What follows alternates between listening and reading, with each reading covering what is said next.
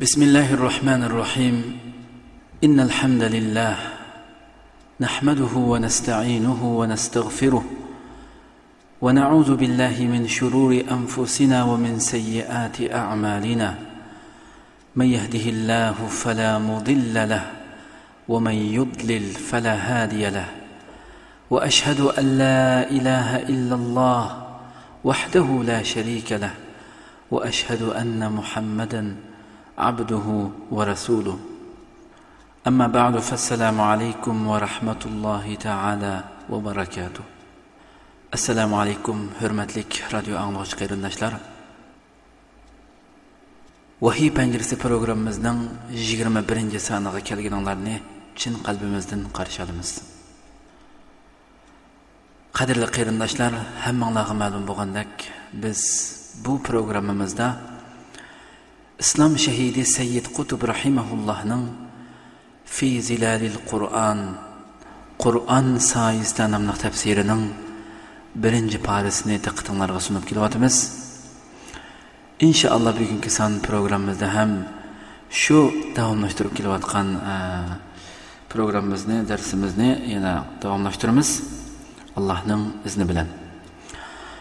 Qadrli qarindoshlar, oldi bilan olamlarning Robbi bo'lgan suyumli Robbimiz Alloh subhanahu va taolaga cheksiz hamd va sano va payg'ambarimiz Muhammad sallallohu alayhi va sallamga eng pok durud salomlarimizni yo'llagandan keyin Allohdan tovanchilik bilan, Robbimizdan tovanchilik bilan bizni o'zi rozi bo'ladigan mu'minlardan, kishilardan qilishini tilash bilan programmamizni boshlaymiz qarindoshlar.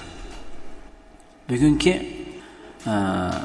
kichik mavzuimiz bo'lsa ham xiyollar degan mavzudan boshlab davomlashtiramiz.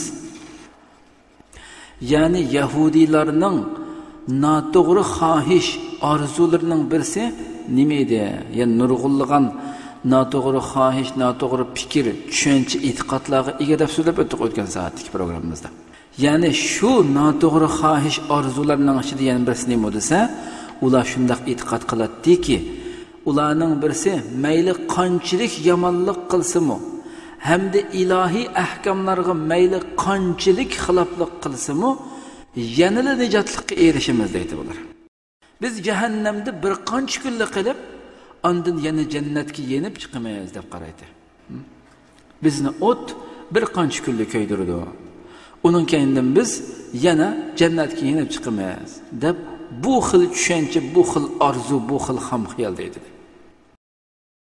Shunisi aniqki, bu xil xomxiyol Allohning adolat tuzumiga, doimlik qonuniyatiga hamda mukofot va jazoning to'g'ri tasavvuriga butunlay xilof bu xil xomxiyol. Allohning adolat tuzumiga, doimlik qonuniyatiga hamda mukofot va jazodan iborat bu Allohning qonuniyatiga butunlay xilof bir fikr, bir xiyoldan iborat. Hamda bu yerdagi savol shuki, ular zodi nimaga asoslanib bunday orzuda bo'ladi degan savol chiqadi bu yerda. Yahudiylar zodi nimaga asoslanib turib bu xil orzu, bu xil xomxiyolda bo'ladi?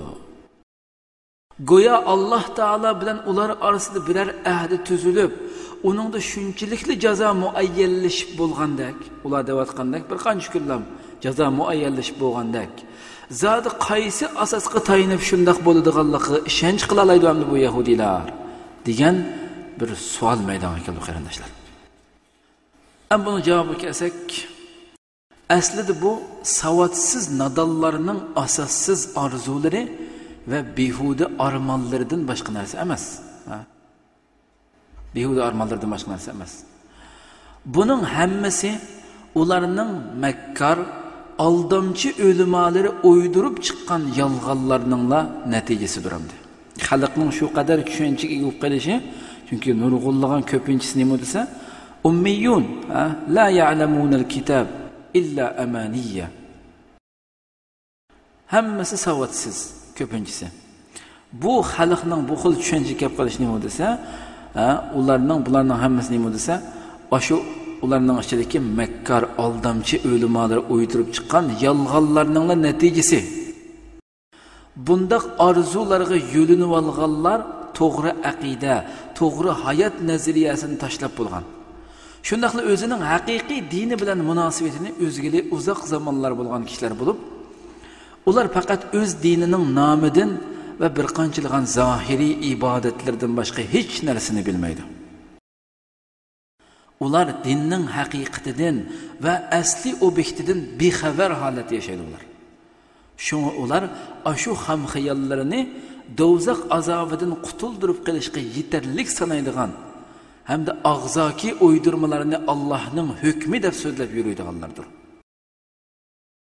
Allah sura Baqaraning 80-oyatida shunday deydi-ki: "Va qalu lan tamassana an-naru illa ayyaman ma'duda. Qul attakhadhtum 'indallahi ahda falan yukhlifallahu ahda am taquluna 'ala Allahi ma la ta'lamun." Ular shunday deyishadi-ki, Davzax o'ti bizga yaqinmi kelmaydi. Jazomi faqat bir qancha kunlikda bo'ladi. Bizni jahannam davzax o'ti bizni faqat sanoqliq kunlar, bir qancha kunlar bizni tutadi. Bizga yaqin kelmaydi. Bizlarga so'yadi, menga qolgan ish bo'lmaydi. Ish bo'lmaydi deb shunday deydi. Alloh subhanahu va taolo Muhammad sallallohu alayhi va sallamga shunday deydi-ki: "Qul aytqin ey Muhammad sallallohu alayhi va sallam.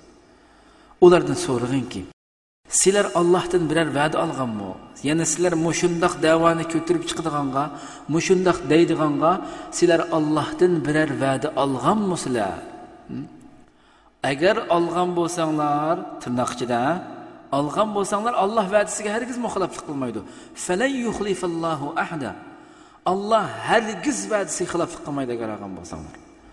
Am taquluna alallohi ma la ta'lamun. Yoki o'zinglar bilmaydiganni Alloh nomidan devatamsizlar yaslar. O'zinglar bilmaydiganni Alloh nomidan Allohga bo'xton gaplab buni devatamsizlar. Deb shunday so'rag'in aytqin ularga deb Alloh subhanahu va taolo sura Baqaraning 80-oyatida shunday deydi. Bu yerda Alloh taolo musulmonlarga botilning beshini yenchib tashlaydigan bir kuchlik dalilni tavsiya qilib shunday deydi-ki, sizlar Allohdan biror va'da olganmi? Olgan bo'lsanglar, xo'sh, Alloh va'dasiga hargiz muxoliflik qilmaydi. Agar olgan bo'lsanglar, qani u ahda bizga bir ko'rsatib qilinglar-chi. Zodi qayerda u ahda?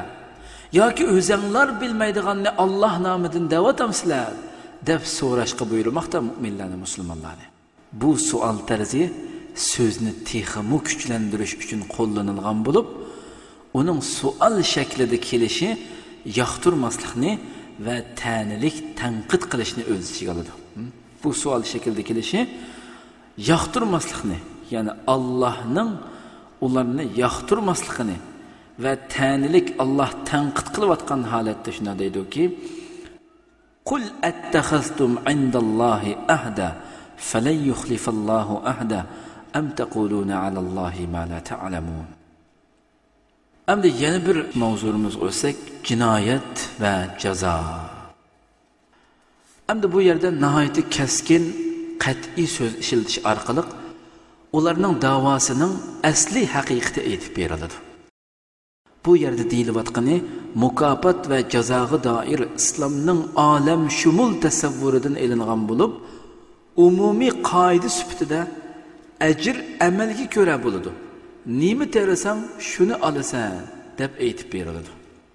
Bala man kasaba sayyi'atan va ahatat bihi khati'atuhu fa ulaika ashabun nar hum fiha khalidun. والذين آمنوا وعملوا الصالحات أولئك أصحاب الجنة هم فيها خالدون. Do'zax o'ti nima uchun sizlarni ko'ydirmaydi bu yerda? Mahzub bir qistirma jumla borki bu yerda. Ularningki bizni do'zax o'ti bir qancha kun ko'ydirdi, biz uning keyindan ko'ymaymiz degan bu so'ziga Alloh bu yerda javob qaytarib deydi-ki, do'zax o'ti nima uchun sizlarni ko'ydirmaydi? Undaq emas. Kimki gunohni tapovat qiladi ekan, kimki bir gunoh ishlab gunohni tapovat qildi ekan, va gunohkorlikqa cho'mib ketadi ekan, ular ahli do'zaxdir. Ular do'zaxda mangu qoladi. Iymon etgan va yaxshi amallarni qilganlar ahli jannatdir. Ular jannatda mangu qoladi. Hamda bu alohida badiiylikka to'lgan mo'jizaviy san'atkorona tasvir va ifodalar ustida albatta bir oz to'xtalib o'tishimiz. Hamda Allohning bu qat'iy hukmi bilan abadiy prinsipning sirlarini bilib yetishga tirishib beqishimiz kerak bu yerda. Allah deydi-ki, undaq emas. Kimki gunohni tapovat qiladi ekan, gunoh ishlaydi ekan va gunohga cho'mib ketadi ekan, birinchi jumlada oyatning. Ya'ni bu yerda gunoh go'yo bir turli kasbga o'xshash va xuddi bu yerdagi gunoh go'yo bir xil kasbga o'xshash ifodalanmoqda. Man kasaba sayyi'atan. Asli kasaba bir kasb qilib, bir ish qilib, bir hunar qilib qilgan ishlarga ishlatildi. Kasaba sayyi'atan. Bu yerda gunoh xuddi bir turlik, bir xil kasbga o'xshash ifodalanmoqda. Garchi maqsad gunoh bilan shug'ullanishni ifodalash bo'lsa-mu, uning uchun ishlatilgan iboralar gunohning psixikalik kayfiyatini aks ettirib bermoqda. Darvaqa gunohkorlikqa mubtalo kishilar uning odatlanib qolgan bo'ladi. Gunoh o'tkazganda rohatlangandek bo'ladi. Uni o'zining kasbi sanaydi. Mening kasbimda, xuddi o'z kasbidek tuyuldi uningga. Navada xato yoki yoqtirilmaydigan ish deb bilsa edi, uning bilan shug'ullanmaydi. Ziyonlik ko'rgan taqdirda uncha qizg'inlik bilan sodir qilishga berilib ketmagan va u yomonlikning o'zidan g'olib kelishiga, butun dunyosini qo'yniga elib, o'z qaynimiga so'rab kelib ketishiga yo'l qo'ymagan bo'ladi. Chunki odam uni yoqtirmay, uning ziyonlik tarafini his qilganda, garchi tabiati uni sodir qilishga moyil bo'lsa-mu, yanada uning soyasidan qochadigan bo'lib qoladi va Allohdan mag'firat tilab, gunohning ta'sir doirasidan chiqib, boshqa yerdan panohlik qiladi. Bundaq chaqda yomonlik uni na qo'rishib ololmaydi, na besib ololmaydi. Uningga nisbatan tavba qilish va o'rnini to'ldirishning darvozalari taqilib qolmaydi.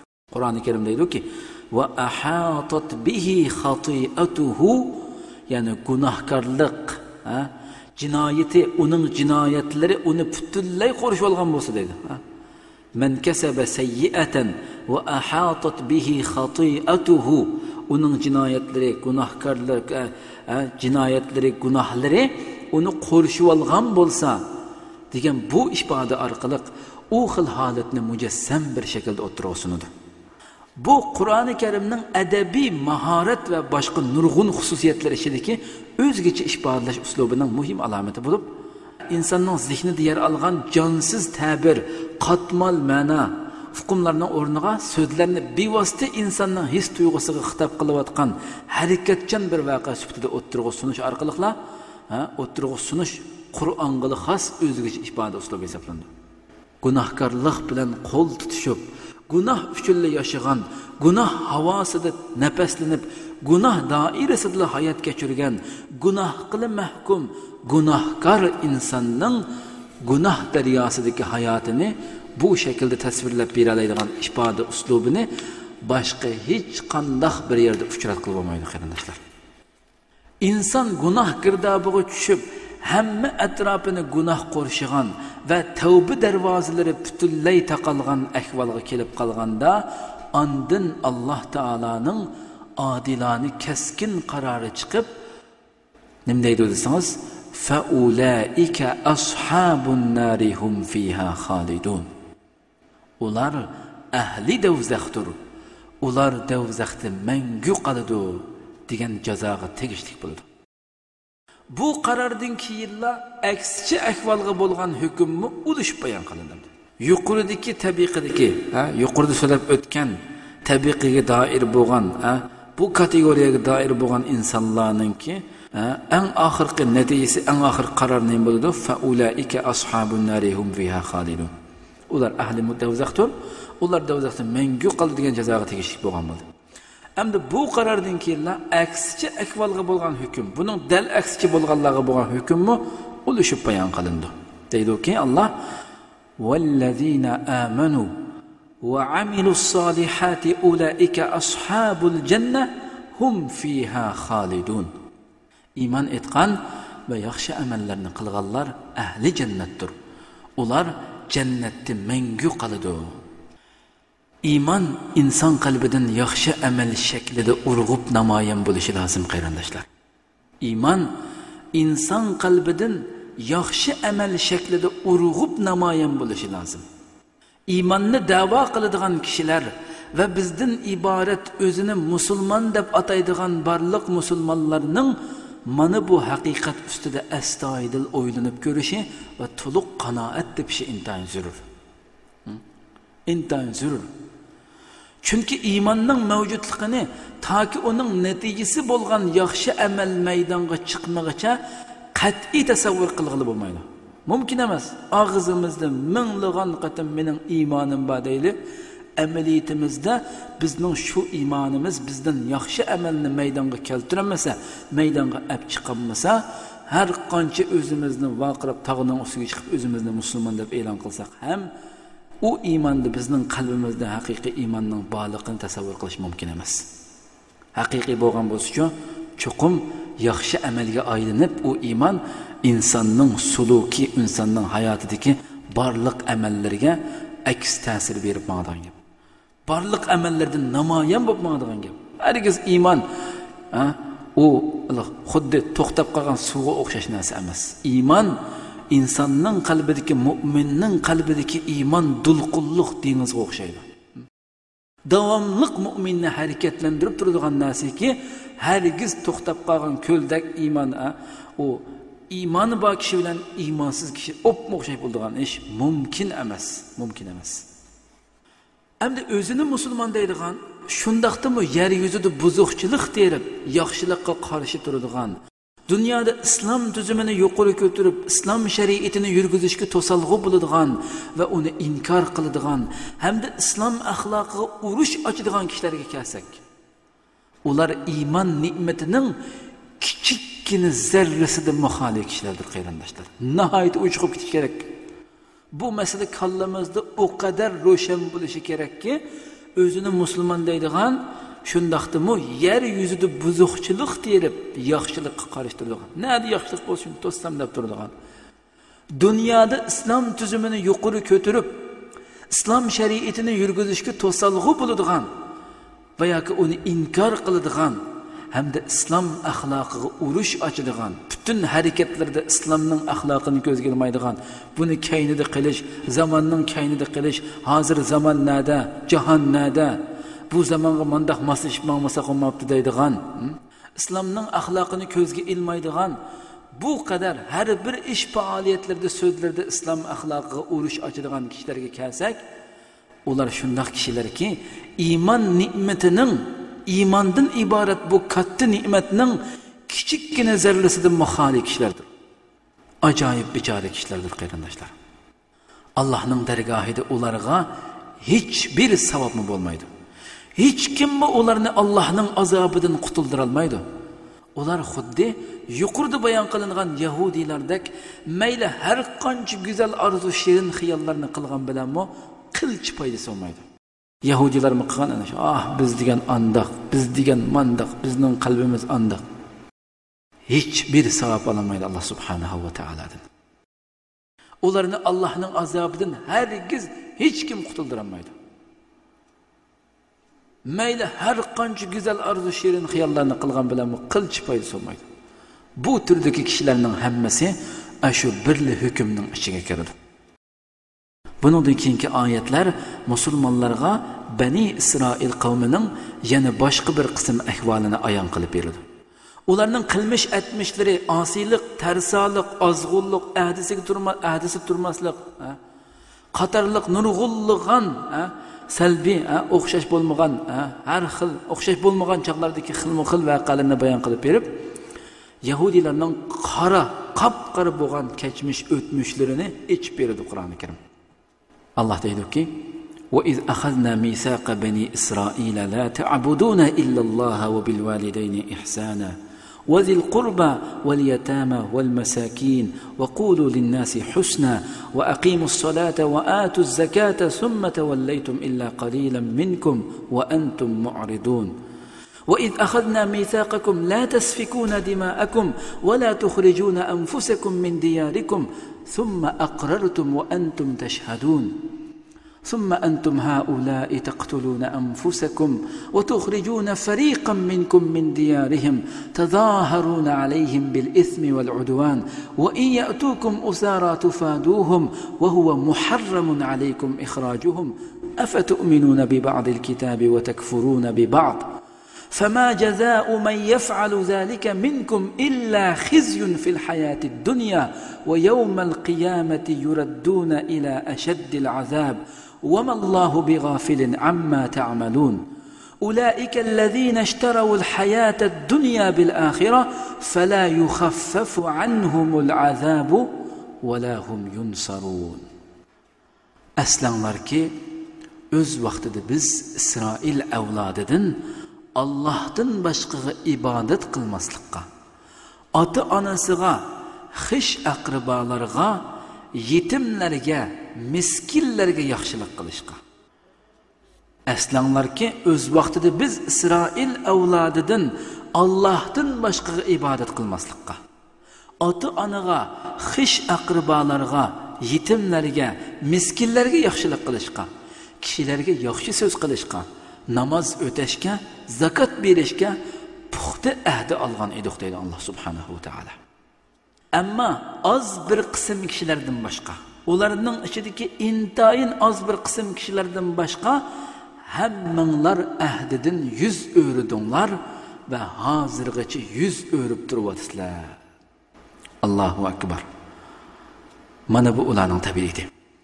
Shunimi aslanlarki deydi Alloh subhanahu va taolo. Shunimi aslanlarki öz vaqtida bir-biringlarning qinini to'kmaslikka, bir-biringlarni yurtlaringlardan haydab chiqarmaslikqa sizlardan chin ahdi olgan edik. Keyin buni, ya'ni bu ahdini e'tirof qilgan edinglar va hozirmi o'zinglar guvohsizlar buningga. Biroq amdilikda yana sizlar bir-biringlarni o'ldirsizlar, ichinglardan bir turkum kishilarni yurtidan haydab chiqarsizlar. Yo'lsizlik va dushmanlik qilib, ularga qarshi guruhvozlik qilasizlar. Ular urushda asir elinib kelsa, ularning qo'yib berilishi uchun fidya, ya'ni to'lam savdosi qilib yuraysizlar. Biz fidya to'lab qutqarib olishimiz kerak deysizlar. Ya halbuki ularni yurtlaridan haydab chiqarish azaldan sizlarga harom qilingan edi.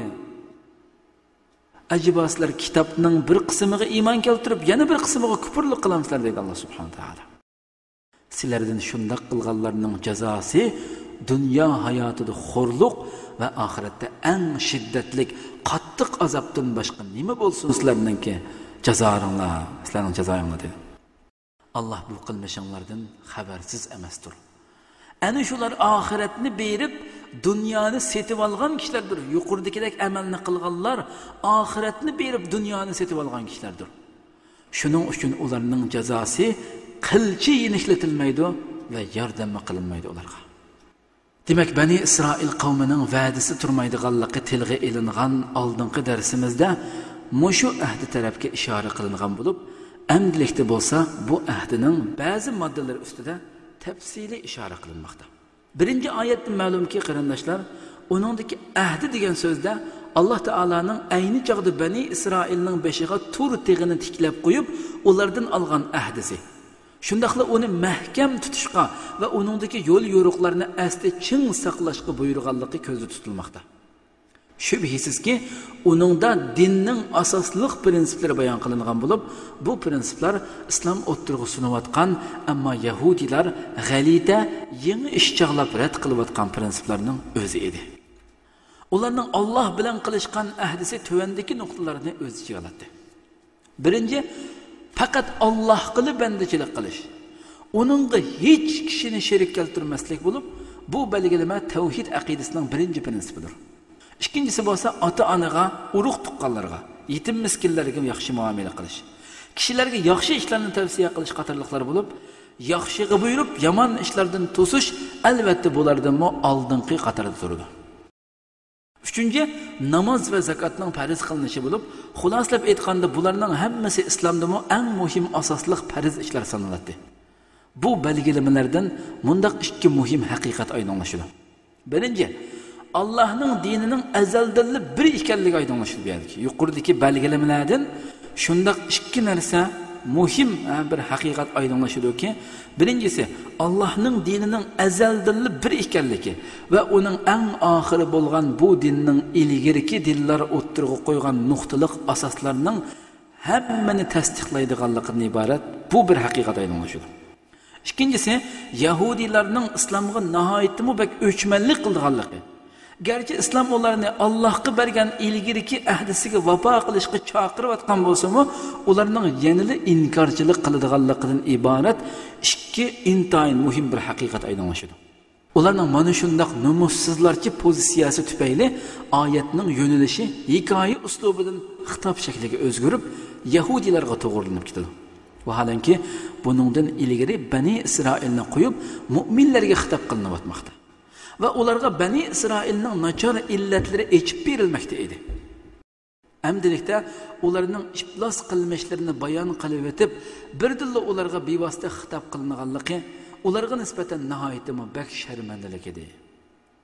Summa tawallaytum illa qalilan minkum wa antum mu'ridun. Ama az bir qism kishilardan boshqa hammanglar ahdidan yüz o'rdinglar ve hozirgacha yüz o'rib turibsizlar degan Allohniki. Mana buningdan Allohning bu ajoyib kitobida voqealar bayon qilinib o'tib, nima uchun tuyuqsizlik so'zining yo'nalishi o'zgardiganligidagi ba'zi sirlarni va uningda zodi qandoq hikmatlarning yushiringanligini bilib yetalaymiz. Bundan keyingi xitobning yo'nalishi yana Bani İsrail tarafga qartilgan bo'lib, Qur'oni Karim ularga xitob qilib, ularning tutgan yo'lida qandoq zidliklarning mavjudligini va ularning qaysi joylarda Allohga bergan ahdisiga xiloflik qilganligini aytib berdi. Wa iz akhadna mithaqakum la tasfikuna dima'akum wa la tukhrijuna anfusakum min diyarikum thumma aqrartum wa antum tashhadun. Şunuma eslanglarki, öz vaqtida bir-biringlarning qinini to'kmaslikka,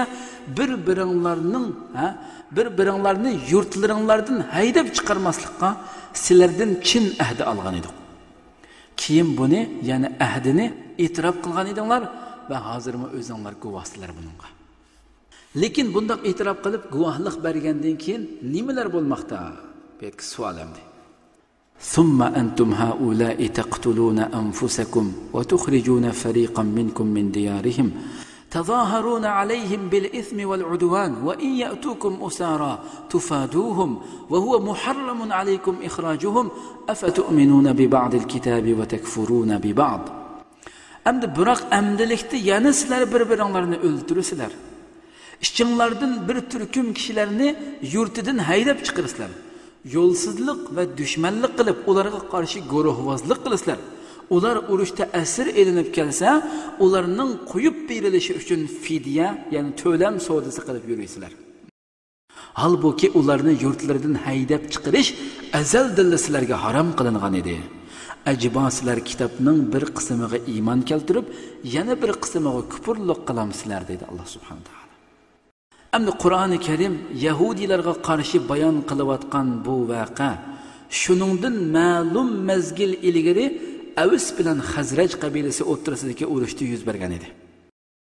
Avs bilan Xazraj mushriklari Yasrib, ya'ni Madinaning ikki mashhur qabilasi bo'lib, o'zaro dushmanlashishda butun arab xalqi ichida misli yo'q edi dedi. Yasribda Yahudilarning 3 qabilasi bor edi. Yahudilarning ularning ba'zi Xazrajni himoya qilsa, ba'zi Avsni qo'llaydi. Ular urushgan chaqda Yahudi qo'llovchilarmi tang jangga qatnashadi. Shuning bilan bu tarafdagi Yahudilar u tarafdagi Yahudilarni o'ldiradigan ishlar yuz berib, Allohga qilgan ahdisiga xiloflik qilgan bo'lishadi. Qaysi taraf g'alaba qozonib qolsa, shu tarafdagi Yahudilar qarshi tarafdagi Yahudi qarindoshlarini talon-taroj qilishadi. Uylardan qo'g'lab chiqarishadi. Ayollarini tutib qul qilishib oladi. Vaholanki Allohga bergan ahdining moddalariga ko'ra bu ishlarning hammasi ularga nisbatan mutlaq harom edi. Shundaqdimi, urush tugagan chaqda g'olib Yahudilar mag'lub bo'lgan asir Yahudilarning fidyasini to'laydi. Qarab qaranglar. U qo'g'lab haydab chiqarib o'tdim. Uning keyin asirga tushib qolgan vaqtda fidyasini to'lab chiqib qo'ydim. Asirlar mayli qaysi tarafda bo'lishdan qat'iy nazar ularni asirlikdan va qulluqdan qutuldirib qo'yadi. Bu ishni ular Tavratdagi sizlarga Bani Isroil qavmidan qandoqli asir yoki qul uchrab qolsa, uni setib olinglar va ozod qilinglar degan hukmga amal qilgani asos qiladi. Yahudilar. Mana bu ularning amaliy hayotidagi eng muhim g'alit zidlik bo'lib, Qur'oni Karim buni ularning oldiga qo'yib, ulardan shunday so'raydi. Afatu'minuna bi ba'dil kitabi wa takfuruna bi ba'd. Ajiba sizlar kitobning bir qismiga iymon keltirib, yana bir qismiga kufrlik qilamsizlar deb so'raydi Qur'oni Karim. Alloh taolo buning ahdiga uchuq holda xiloflik qilish ekanligini, shunga ularga dunyodagi xor zabulluq va oxiratdagi qattiq azob bilan tahdid silindiganligini aytib beradi. Hamda Alloh taolaning na ulardan g'ofil emasligini, na ularning bunda ochiq jinoyatlarni afu qilmaydiganligini ta'kidlab shunday deydi-ki, "Fama jazaa'u man yaf'alu zalika minkum illa khizyun fil hayatid dunya va yawmal qiyamati yuradduna ila ashaddil azab va mallahu bighafilin amma ta'malun." Sizlardan undaq qilganlarning jazosi dünya hayotida xo'rliq va oxiratda eng shiddatlik qattiq azobdan boshqa nima bo'lsin sizlarning jazoringlar. Alloh bu qilmishinglardan hargiz xabarsiz emasdir deb bu xitobni qiladi Alloh subhanahu va taolo. Hargiz o'ylab qolmanglarki, Alloh subhanahu va taolo amallaringlardan qilayotgan ishlaringlardan g'ofil, Alloh afu qiladi deb bunda ham xayolni o'ylab qilishma deydi Alloh subhanahu va taolo. Hamda buning orqadan xitobning yo'nalishi umuman butun insonlar, xususan musulmonlar tarafga burildi. Bu oyatning keynidan xitobning yo'nalishi umuman butun insonlar, xususan musulmonlar tarafga burilib, "Ulaikallazina ishtarawul hayatad dunya bil akhirah fala yukhaffafu anhumul azabu va la hum yunsarun." Ani shular oxiratni berib dunyoni setib olgan kishilardir. Shuning uchun ularning jazosi qilchi yenitilmaydi va yordam qilinmaydi. Deyish orqali Alloh subhanahu va taolo bu xitobida ularga Yahudilarning zodi qanday xarakterga ega ekanligini, ularning qilgan va qilayotgan qilmishlarining qanday oqibatga duchor bo'ladiganligini aytib berdi Alloh subhanahu va taolo. Demak, ularning biz do'zax o'tida sanoqliq bir qancha kunlik ko'yimiz degan da'vosi butunlay asossiz bo'lib, na ularning azobi qilchi yenitilmaydi, na ularga biror madadkor bo'lmaydi, biror yordamchi bo'lmaydi. Ularning qandoqlarcha oxiratni dunyo hayoti uchun sotganligining tafsilotiga kelsak, aslida ular dunyolik manfaatini debla mushriklar bilan tuzgan ahdlarini yana kelib uni o'rinlashda cho'qim Allohning kitobidagi hukmlarga xiloflik qilishga to'g'ri keladigan ahdlarni o'rinlab Allohga bergan ahdisini buzishgan edi. Shuni asli chin saqlash kerakki, ikki guruhga bo'linib, qarama-qarshi ikki tarafni qo'llash azaldan Yahudilarning ko'ni o'yini bo'lib kelmoqda. Ular doim o'ttirda turib oladi, Yahudilar. Ehtiyot qilish uchun qarama-qarshi ikki tarafning har ikkilisini teng qo'llaydi. Bu orqali qaysi taraf g'alaba qilsa, uning qo'lga keltirgan manfaatlaridan o'zlariga tegishlik nasiba saqlamoqchi, hamda g'albaning Yahudilarning g'albasi bo'lishini ishga oshirmoqchi bo'lishadi. Allohga ishonmaydigan va Allohning arg'amchisiga mahkam esilmaydigan kishilarning odati doim mana shunday bo'lib kelgan. Qarindoshlar, Allohga ishonmaydigan va Allohning arg'amchisiga mahkam esilmaydigan har qanday kishining odati, tabiati tarixdan buyon doim shunday bo'lgan va buningdan keyin ham shunday bo'ladi. Bunday kishilar hamisha hiyla-nayrang, makkorlik bilan ish tutadi. Uningga faqat manfaat qo'lga kelsa, u to'g'rimi, xatomi, halolmi, harom hech bir narsa ish yo'q. Davomli holatda hiyla-nayrang, makkorlik bilan ish tutadi. Bugungi kundagi Yahudilarning avlodi bo'lgan bu maxluqlar ham hozirgacha bu o'z ayni o'pmoqchi. Qarab boqaylik Yahudilarning tabiatiga. Alloh so'zlab bergan bu qissalardagi Yahudilarning tabiatiga Bugün biz, bugünkü zamanımızda biz yaşayotgan, biz anglayotgan, biz her günü ko'rib turayotgan, her günü anglab turayotgan Yahudilarning xuy-payli, Yahudilarning tabiati qilayotgan ishlarini tafakkur qilib bunga biz sevib boqaydi. Ajoyib o'xshashlik qarindoshlar. Xuddi Alloh subhanahu va taolo bu Qur'on karimda hozirgi mush Yahudilar uchun tushagandek, mush ko'rib turayotgan bir naq maydon voqeaning ustiga tushagandek his qilamiz. Shu qadar o'xshashlik, shu qadar tabiatdagi bir-biriga o'xshashlik. Mana bu xil xususiyat qiyomat kishida olishdi qarindoshlar. Bunday kishilar hamisha hil-nayrang makkarlik bilan ish tutadi. Allohning emas, insonlarning yordamidan ayrilmaslikka tirishadi bular. Ular Allohga bergan ahdi paymondan bakrak, Allohga bergan ahdi paymon va'dasidan bakrak inson bilan tuzishgan to'xtamlarga amal qilishga alohida ahamiyat beradi. Biroq haqiqiy iymon shariatga xilof keladigan va Allohga bergan ahdini buzishga to'g'ri keladigan har qanday bir ish uchun ahdilashishni to'sidi haqiqiy iymon. Har qanday hikmat va har qanday mudofialanish tadbiri uchunmi bunday ahdilarni tuzishga qat'iy bo'lmaydi. Chunki insonning nijotligi faqat Allohga bergan ahdisiga vafo qilishiga hamda Allohning ahkomlarini bijonidil, Allohning ahkomlarini bijonidil o'rinlab o'z diniga to'liq ergashishga bog'liq bo'ladi haqiqiy iymon degan. Haqiqiy iymon etgan kishi hargiz va hargiz Alloh subhanahu va taologa qarshi Alloh rozi bo'lmaydigan hech bir ishga kirmaydi. Hech bir ishga kirmaydi. Hech kimning g'azabidan, hech kimningki xafif qilishidan, hech kimning yoqtirmay qilishidan, bira g'azab qilib qilishidan hargiz inson qanday qilsa, ansirmaydi haqiqiy iymonli kishi. Davomli Alloh subhanahu va taolo uning qalbida, mingisida, ruhida Allohning zikri, Allohdan qo'rqish deydigan bu fikr davomli holatda uning mingisida bo'lgan bo'ldi qarindoshlar. Demak, mana bu yerda bir qissa esimga kelib qoldi qarindoshlar. Buni qo'shishni to'g'ri ko'rdim. Hasanul Basri rahimahulloh bu amanglar ma'lum bo'lgandek tabiinlarning yani cho'ng tabiinlarning cho'nglaridan birisi hamdi. Hasanul Basri rahimahulloh. Bir kuni vali bu Basra valisininki huzurida edi. Huzuridagi vaqtida, shuning qishidagi vaqtida Yazidni xalifadan shu Basra valisininki Basra valisiga xalifadan bir buyruq kelib qoldi bu yerda. Yazid ibn Muaviya bo'lsa kerak. Shuning bilan bu Yaziddan xalifadan buyruq kelib qolgandan keyin buyruqni ochib qarasa, uningda berilgan buyruqni ijro qilsa Alloh g'azablanadigan bir buyruq berdik. Xalifaning buyruqini ijro qilsa Alloh g'azablanadi. Uni ijro qilmay desa xalifani g'azablantirdi bu yerda. Xalifani. Balki uni vazifasini eptash o'tishi mumkin, valilikdan yoki bo'lmasa turmaga solishi mumkin, o'ltirishi mumkin, har xil ishni qilishi mumkin. Chuqur bir ziyonga uchraydi.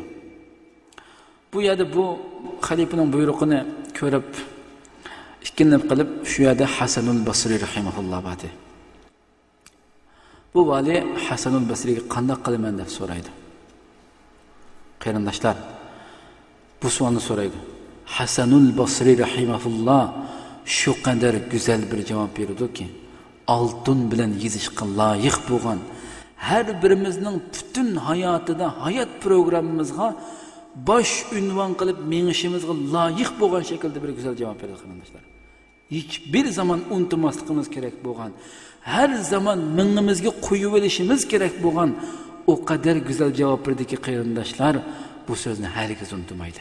Javob beradi-ki, Alloh seni Yazidning zulmidan, Yazidning hukmronligidan, Yazidning seni jazolashidan to'sib qolalaydi xolasa. Alloh to'sib qolalaydi.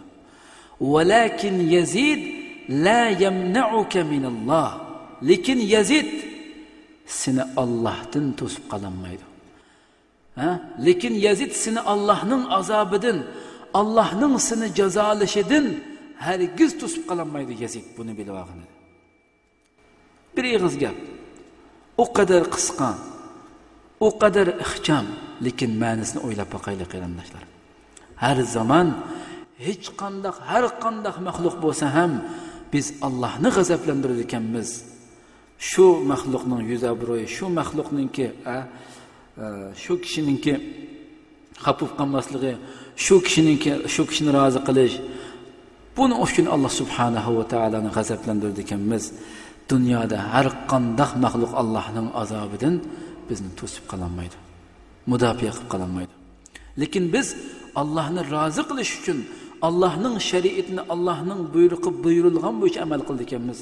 Allah xolisa har qandaq kuchlik zolimdan ham bizni qutuldirib qolishga albatta qodir Alloh subhanahu va taolo. Shuning uchun eng oxirida aslitilgan bu Hasanul Basri rahimahullohning bu go'zal nasihatlari qo'lqimizda, yuraklarimizda, mangimizda bo'lsin qarindoshlar. Allah subhanahu va taolodan tovanchilik bilan yuqorida tilga ilinib o'tilgan bu programmamizdagi darslarning ma'nosini haqiqiy shaklda tushungan va shu tushunchasiga loyiq amal qiladigan taqvodor musulmon mu'minlardan qilishini Allohdan tovanchilik bilan tilaymiz qarindoshlar. Bugun vaqt munosib bilan programmamiz mushada oyoqlashadi. Inshaalloh Alloh subhanahu va taolo umr bersa keyingi programmamizda yangi son programmamiz ko'rishguncha sizlarni Janobi Alloh subhanahu va taologa topshirman. Qadrli qarindoshlar, butun dunyodagi barliq musulmon qarindoshlaringiz uchun ijobatli duolaringlarda duo qilib qo'yishinglarni, shundaqla kamina ojizni ham shu duolaringlarda aslab qo'yishinglarni chin qalbimdan umid qilaman. Va axiru da'wana anil hamdulillahi robbil alamin. Va